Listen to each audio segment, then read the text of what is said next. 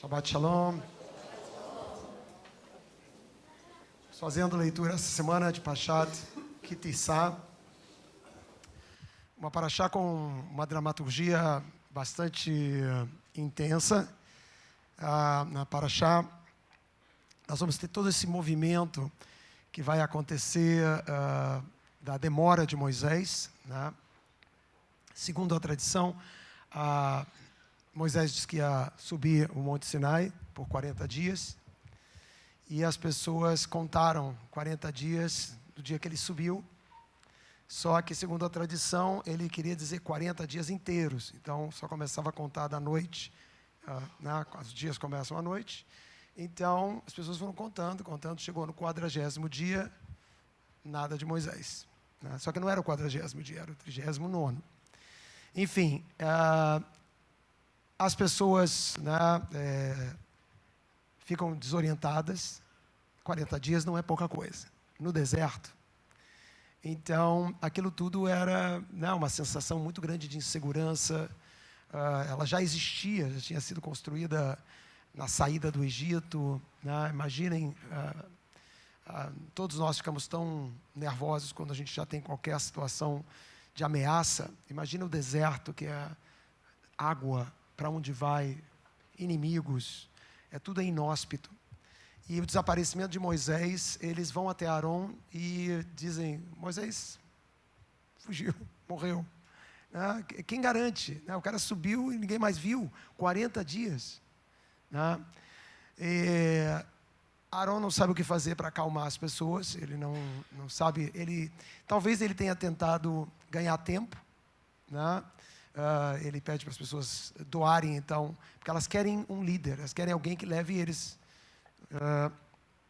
E então pede para as pessoas então trazerem ornamentos, anéis, etc., para doarem, para fazerem alguma coisa. É tenso, porque Arão não deveria estar fazendo isso. Ninguém deveria estar fazendo isso. Enfim, segundo a tradição, eles juntam aquela quantidade de ouro, etc., eles jogam no fogo, e dali aparece um bezerro, e eles começam a dançar em torno do bezerro, ou celebrar de alguma forma. Deus vê, e Deus está com Moisés, e Deus diz para Moisés: Melo, acabou, para mim acabou. E começa uma dramaturgia de pecado, né, de pisar na bola, de errar, e um processo que vai ser a parashá inteira, um processo de tshuvá. Como é que vai resgatar essa relação quando o princípio maior dessa Torá era não ter idolatria, não construir imagens, etc. Tudo havia sido jogado por terra. E quando Moisés está com Deus e Deus viu, e é uma parashá onde é muito interessante, porque quando a visão, ela é um órgão ligado diretamente com as nossas emoções. Você viu, se você não tiver algum tipo de filtro, você reage, né? Deus viu, e aqui Deus vai aparecer sempre com características humanas, talvez porque para descer e falar com a gente, alguma relação com a nossa humanidade Deus tem que ter. Deus viu, fica zangado, humanamente zangado, e Moisés acalma Deus. E Deus diz: não, agora deixa esse povo, você fica comigo, eles vão, não sigo com eles. E Moisés defende, né? Moisés faz o lugar esperado de um líder, ele intercede pelas pessoas. Ele intercede e ganha ali um primeiro movimento de perdão, e aí ele desce com as tábuas. Só que quando ele vê, ele que estava acalmando, né, ele joga aquelas tábuas no chão, né, e começa um processo interessante que é descrito, em que ele vai, as pessoas, né, ficam assustadas, existe ali mesmo tendo contido a ira divina, há uma, segundo a descrição da Torá, há alguns que estavam muito envolvidos ali, que perecem ali naquele momento, tem uma punição, alguma coisa, uma responsabilidade apresentada, e Moisés sobe de novo ao Monte Sinai, por mais 40 dias agora, para descer novamente o Monte Sinai com as tábuas que serão as tábuas agora permanentes. Quando ele desce, o rosto dele está emanando uma luz. É a descrição da Torá. Quando ele sobe, ele fica 40 dias. Por que ele fica 40? Já tinha sido escrito, devia estar guardado lá na nuvem de Deus. Não precisava escrever tudo de novo. O que são os 40 dias? Né? Mas a tradição diz que o perdão, ele é uma coisa cheia de níveis. Porque o primeiro movimento é, tá bom, não vou fazer nada. Mas daí para você realmente transformar essa energia, essa decepção, né? Para você transformar, talvez esses 40 níveis aí de dias, né? Não tem a ver com a confecção da Torá, mas tem a ver com essa tchuvá, essa capacidade de retomar esse vínculo no lugar onde deveria ter sido desde o início. Só que quando ele desce agora, Moisés, o rosto dele está resplandecente, e a Torá descreve que as pessoas não conseguiram mais olhar o rosto de Moisés. Elas que tinham olhado o rosto de Moisés na primeira descida, elas que já tinham até enfrentado ali aquele contatos imediatos, a chegada no Monte Sinai, com os trovões e tudo mais, mesmo com medo, eles tinham visto. Agora eles não conseguem ver. E Rashi, que faz uma interpretação, acho muito bonita, Rashi diz que essa é a força do pecado. E ele não usa a expressão a força da tchuvá, ele usa a força do pecado. E ele faz uma leitura muito interessante, que é o fato de que quando Moisés está descendo pela segunda vez, e as pessoas já tinham cometido aquele equívoco, que elas, dessa vez, o processo de tchuvá é um processo literalmente de sensibilização. A gente faz coisas erradas, para não dizer sempre, 99,9999, por grosseria, por falta de sensibilidade.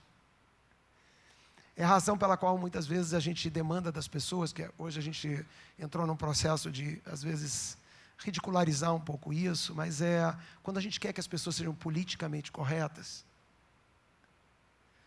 Quando eu peço para uma pessoa dizer assim, não usa o verbo judiar. E a pessoa diz, que besteira. Mas a gente sabe o que é um verbo judiar. É um verbo extremamente racista, extremamente equivale a nossa identidade a uma perversidade. Quando a gente usa essas palavras todas em relação a negros, quando a gente usa em relação à mulher, quando você usa em relação a pessoas de outro gênero, homossexuais, quando você usa em relação aos índios agora, porque nós, hoje eu fiz uma entrevista com o Amir Klink, e o Amir nós estávamos conversando sobre o Brasil. O Brasil é o único país do planeta que celebra a sua descoberta. Já parou para pensar nisso? Qual o país que... Independência, sim, mas a descoberta, para nós, assim, é o momento fundador do nosso país, é a descoberta do Brasil. O que isso representa para os povos originários? Não existia. E hoje a gente sabe que lá em Salvador, no ano de 1500, os portugueses já tinham chegado aqui há muito tempo. A descoberta do Brasil é uma narrativa portuguesa, na hora que os portugueses começaram a iniciar um processo de colonização do nosso Brasil. que não foi descoberto em 1500, foi descoberto não sei quando, lá atrás, muito atrás, se é que existe essa descoberta, né? Mas essas sensibilidades, elas vêm não dessas coisas assim mentais, elas vêm de você sentir na pele. Elas vêm do lugar onde muitas vezes, quantas vezes a gente faz uma coisa totalmente errada, né? E quando a gente faz uma coisa errada, e a gente tem a grandeza, a humanidade, a nobreza, de se dar conta que a gente fez errado. Além de um certo pudor, uma vergonha que a gente tem de ter sido tão grosseiro, a gente se sensibiliza. Há uma plasticidade na nossa alma que quando ela erra e ela saca que ela erra, e ela reconhece que ela erra, ela se expande, ela se torna maior. E é isso que Irache estava tentando dizer. Há uma força no pecado, né? Há uma possibilidade, uma oportunidade no pecado real da ação. Porque tudo que é ação nos coloca mais conscientes. Quando a gente está pensando, a gente faz qualquer carnaval, qualquer racionalização, mas quando a gente fez, quando a gente faz, quando a gente age, é muito plástico o aprendizado da alma de cada um de nós. Então vejam só essa sequência. O povo grosseiro, movido por movimentos que normalmente alimentam a grosseria. Insegurança, medo, né? Às vezes ganâncias, essas coisas todas negativas, né? Eles empurram a gente para a gente ser grotesco. A gente nem sabe que está grotesco. E a gente às vezes banca grotescamente a nossa grosseria. Mas quando começa esse processo de tchuvá, de plasticidade, quando Moisés desce a segunda vez, as pessoas não conseguem olhar. Porque se produziu uma kedushá, se produziu naquele processo, via o equívoco, via o erro, se produziu uma possibilidade de crescimento, de ampliação da própria kedushá. E é isso que Irache está dizendo. Aquela é a força do pecado. A possibilidade que o pecado tem de fazer você crescer. Não é uma glorificação do pecado em si, mas do efeito que um equívoco, tornado consciente, elaborado num lugar onde você entende aquilo como um material de crescimento pessoal, humano, todo mundo se sensibilizou e as luzes que talvez já emanassem. Imagina se emanava luz de Moisés nessa segunda versão, né? Era para ser muito mais na primeira. Mas na primeira ninguém estava dentro de um quadrado sagrado. Ninguém estava sensibilizado para aquilo. E é bonito isso, porque a nossa tradição, ela sempre fez esse esforço muito grande, né? Um esforço de, obviamente, condenar o equívoco, né? Tem punição, tem responsabilidade. Nunca é alguma coisa onde você não responsabiliza. Mas você entende que esse é um processo muito importante para o ser humano. Quando você consegue, ao invés de punir um ser humano, fazer o ser humano entender a grandeza da sua grosseria,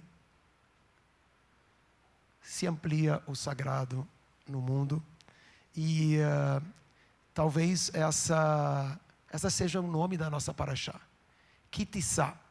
Quando você elevar, aqui é num outro contexto, quando você elevar o seu rosto, mas assim, quando você se elevar, você não só vai fazer as coisas que tem que fazer de maneira não grosseira, mas todo o erro você vai transformar numa possibilidade de se tornar plasticamente mais sensível, mais sensibilizado, mais consciente. Shabbat Shalom. Ficamos de pé.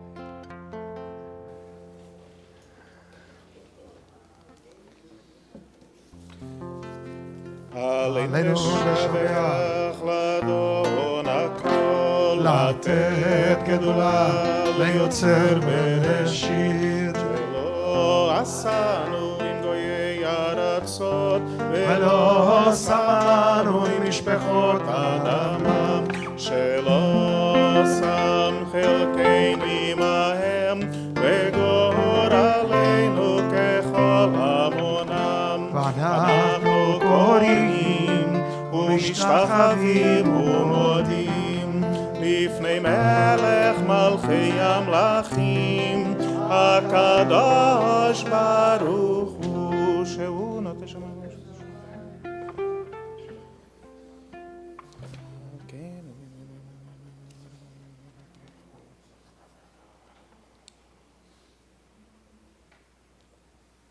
כי המלכות שלך היא, ולעולמי אל תמלוך בכבוד, ככתוב בתורתך, אדוני ימלוך לעולם ועד.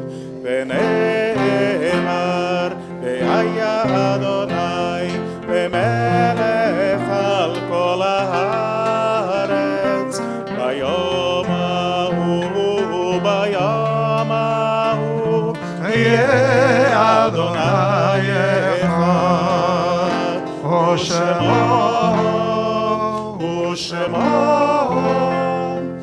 ושמו